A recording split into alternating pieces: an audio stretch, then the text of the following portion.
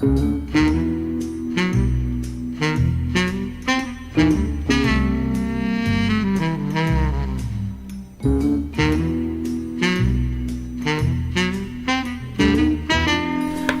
folks,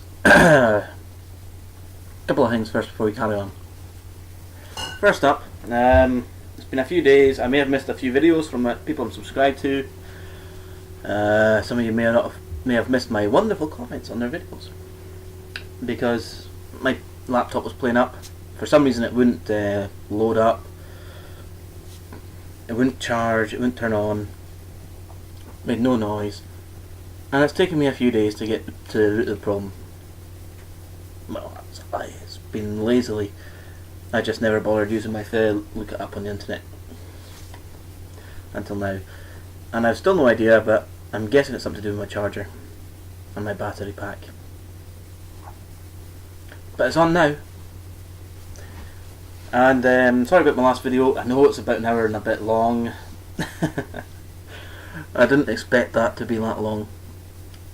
But it was a drunken ramble, and having watched it again with my friend in the morning, we still found it fairly amusing. So although it's an hour long, please bear with it. It's quite amusing just to see two people drunkenly ramble about someone else. I know some of you have, but not a lot of people have really put that much into watching it. But yeah, it's just amusing. Anyway, we're going to carry on with the second video about the doctor, the so-called doctor. Oh man, I need a haircut. Let's carry on, shall we? Rant again with a guide for meat eaters. A guide which everyone should really ignore unless you want to learn a little bit more about how food is processed. That's all food, including vegetables. Part 2. I want to first start out by letting you know that meat eating is nothing to really be obsessed with or taken to the extremes. Because when you take things to the extreme, it throws your body into a state of disequilibrium.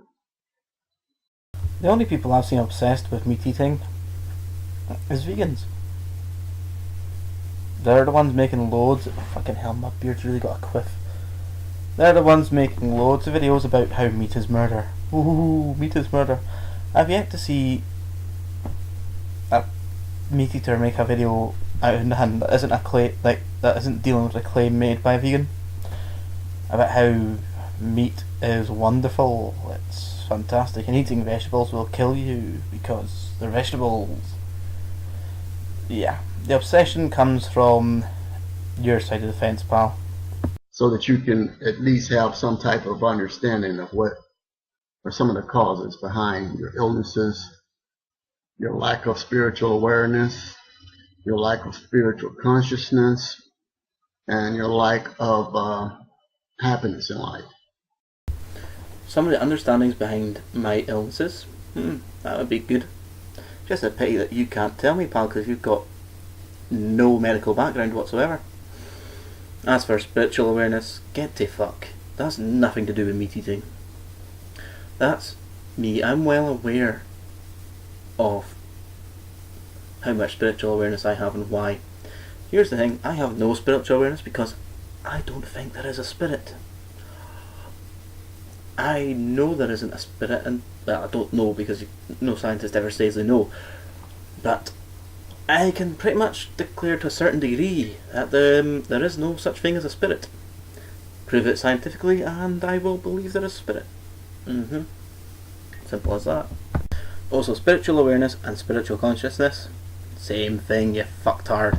I'm not saying meat contributes to everything that goes wrong in your life, but it's a significant factor.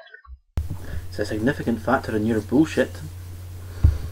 Cite your studies, please, where it shows that meat is the main thing for things that go wrong in life. On this part, I'm going to focus on a spiritual aspect. of meat eating. Here we go, folks. This should be fun. However, I can sum this up right now before watching it. There is no spiritual aspect to meat eating. Full stop. Nada. Zip. Fuck all. Bugger all. Nothing. So now we know that. Let's get on with taking the piss, shall we? Because I'm a very spiritual person. I'm the child of a minister and a devoutly spiritual mother. She trained me to respect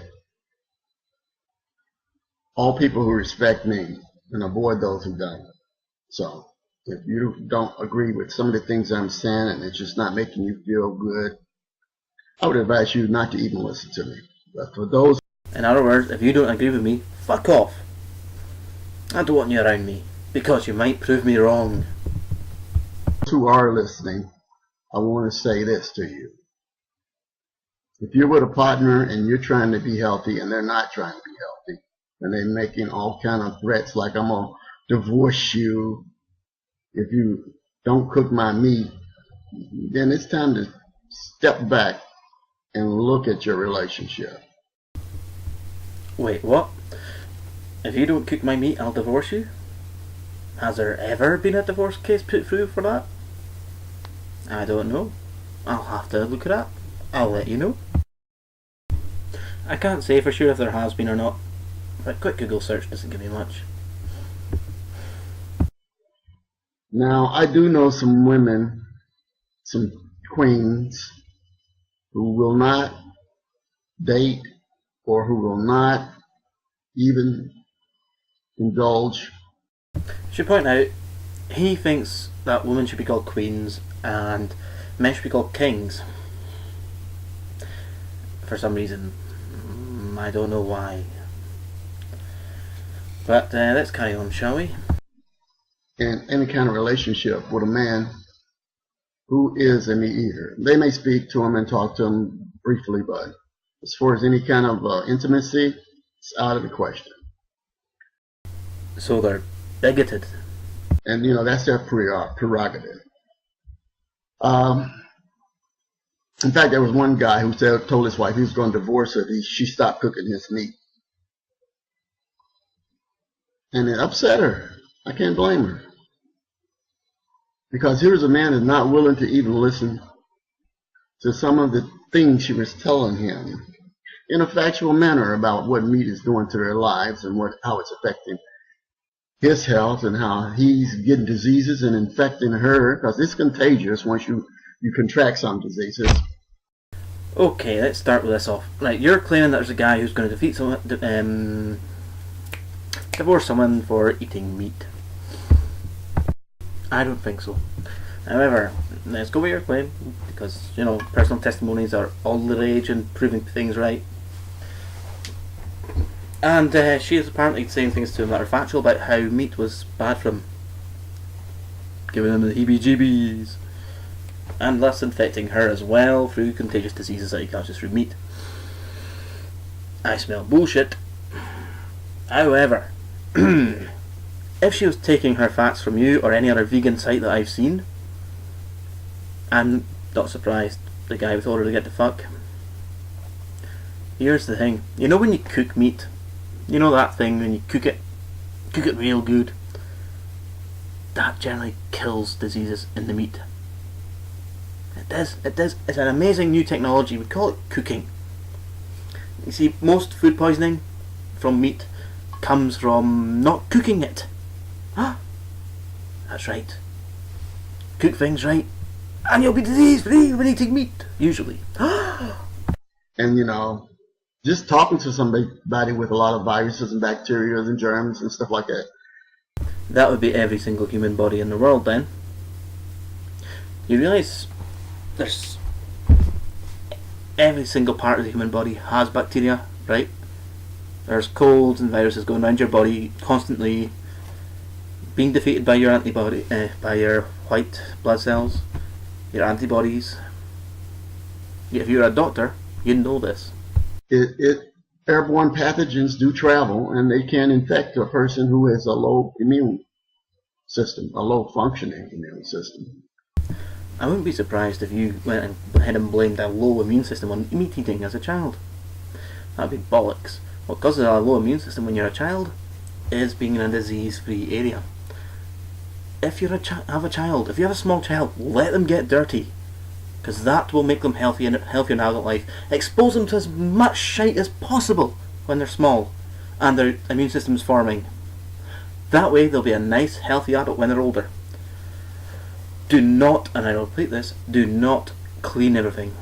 For fuck's sake, the worst thing that we can do to our kids just now is listen to the adverts, Domestos kills 99.9% germs, rawr. Or, the one that you see where they put it under a UV light, achoo, and it spreads, you see the germs getting passed along. Big fucking deal. That's how you become healthy. That's how kids develop immune system. Anyway, let's carry on. I've ranted a bit. Well, I should say an alternative form of healing rather than medications that are causing sickness themselves. Medications that cause sickness themselves, well, some medications do cause side effects, yes. However, I'd rather stick with medicine that's been tested scientifically than some hocus pocus bullshit like crystals heal, man. Yeah. What? You mean there's no proof that slightly blue water heals you of cancer? No, man, that's just lies, yeah. I'll just live in peace and harmony, man. I was checking out a book this morning, and I'm very deep into my thoughts and philosophy. You're deep inside something, alright, pal. But it's not your mind. No. It's your gluteus maximus. By Ra-Un Ufer Amen. Here is the cover. That cover there, it's ancient Egyptian and it means word of the god, or gods. It's a series of texts about spirituality of ancient Egypt. What it's got to do with meat eating? Well, I have no idea. Or, your religion, pal. I have no idea, because the ancient Egyptians were not monotheistic. They weren't into a Jewish god. There was no evidence at all of any Jews being there as slaves. So, once again, this is irrelevant. Where he talks about meat eating. And he says, meat eating by humans betray a lack of understanding of the interrelationship and interdependence between the makeup of the human digestive system and the food intended for it. And what he's saying basically is what I've heard from a lot of great thinkers, and that is your body is not built to handle meat. Meat, if you eat it, stays in your body for up to 3 days, and it begins to rot. This old codswallop again. Because we have a long intestine like a herbivore, and not a shorter long intestine like a carnivore. Can't think why that would be. I mean, it could be that we're omnivores. We're designed to eat meat and vegetables, and this is the best way for us to get our nutrients from such like food. You know how we have canines, right? They're to grip the bone while you're incisors, those big the front teeth, they're designed to rip and rend flesh. Right? And it's your molars and your premolars that are designed to chew. For likes of vegetables. Tough stringy shit. So if we're not designed for meat, why are we so physiologically compatible with it?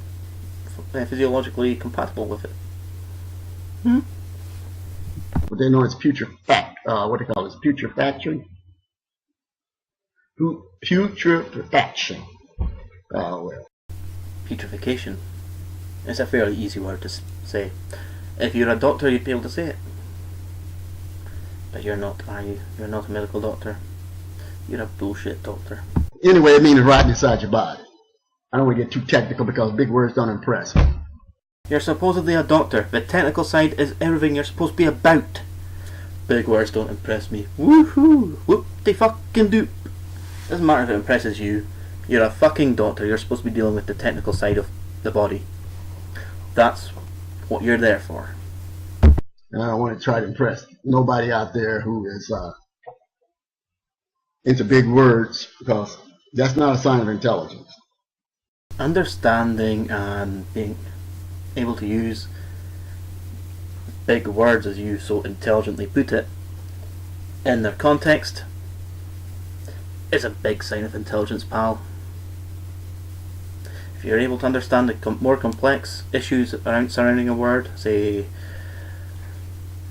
for your case, putrefaction, then yes, it's a fairly big indicator of your intelligence. Fucking retard.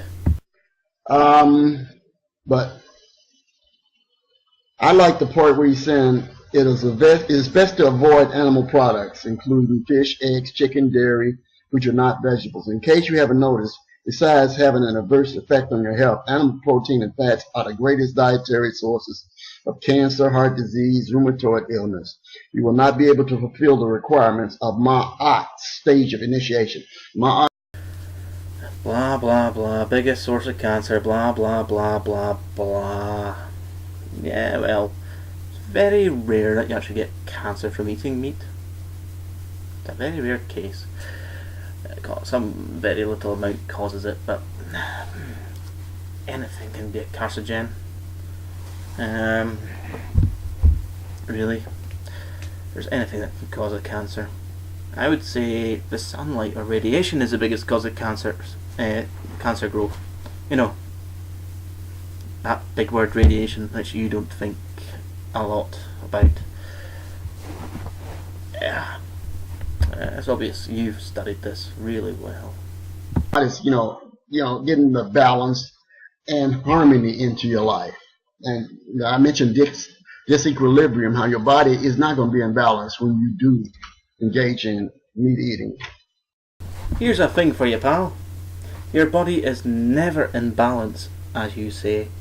Whether you eat meat, or you eat a vegetable-only diet, or you, most people who can and will eat both. Your body is never in a state of equilibrium. It's always going to have too much of something or too little of something. It's from what you eat, pal. It's the way the body works. It gets around it. It'll have a shortage, or it'll have too much, or it'll be round about alright, but it won't be a state of equilibrium as you claim it. Because you will always be sick in one way or just to be stopped up nose, cold, fever, blisters, aches, pains, indigestion, all kinds of other problems. These are problems that come from life. Aches don't come from eating meat alone. Pains, stab myself, it would be a cause of pain. It's not because I eat fucking meat, it's because the nerve endings are going, we're dying. I mean, has the medical board in your state seen this set of videos? I think they should. They really should. And these are signs that your body's telling you something's not right. Something's not right here. You got to treat me better. And don't be saying that you're having a heart attack when your heart can't attack you. You're attacking your heart with bad foods. No, you're not. You do realise that the esophagus, another big word which you'd understand if you were a doctor, or rather the trachea, which is your throat, but the esophagus is also the part of your throat that leads to the stomach. Yeah, I'm sorry I'm using these big technical words, pal. I mean, I know you understand that they're not a part of my intelligence in understanding this. No, not at all. Despite the fact these are the correct terms. Yeah. Here we go. You do understand that the esophagus does not connect to the heart, right? It connects to the stomach, which, after dissolving as much nutrients as it can out of the food, passes the shite through into the intestines, where more nutrients are absorbed through the various processes, right? You understand that? It's the fat in your food. What doesn't get stored can clog up your arteries. Here's the thing. If you exercise, it lessens the risk. If you don't exercise, you become a fat bastard. Much like I'd say you were, to be honest. And that's where the risk comes from. Combine healthy eating with exercise. That's good. It's not just meat eating alone. Well, that was considerably shorter of me, wasn't it? Okay, folks, I'll be on to part 3 as soon as possible. You notice he didn't actually talk about spirituality in that one? Anyone else notice that? All he talked about was equilibrium. Woohoo. Anyway, yeah. I'll be dealing with the rest of the videos that he's come up with this bullshit. Because, quite simply, someone needs to.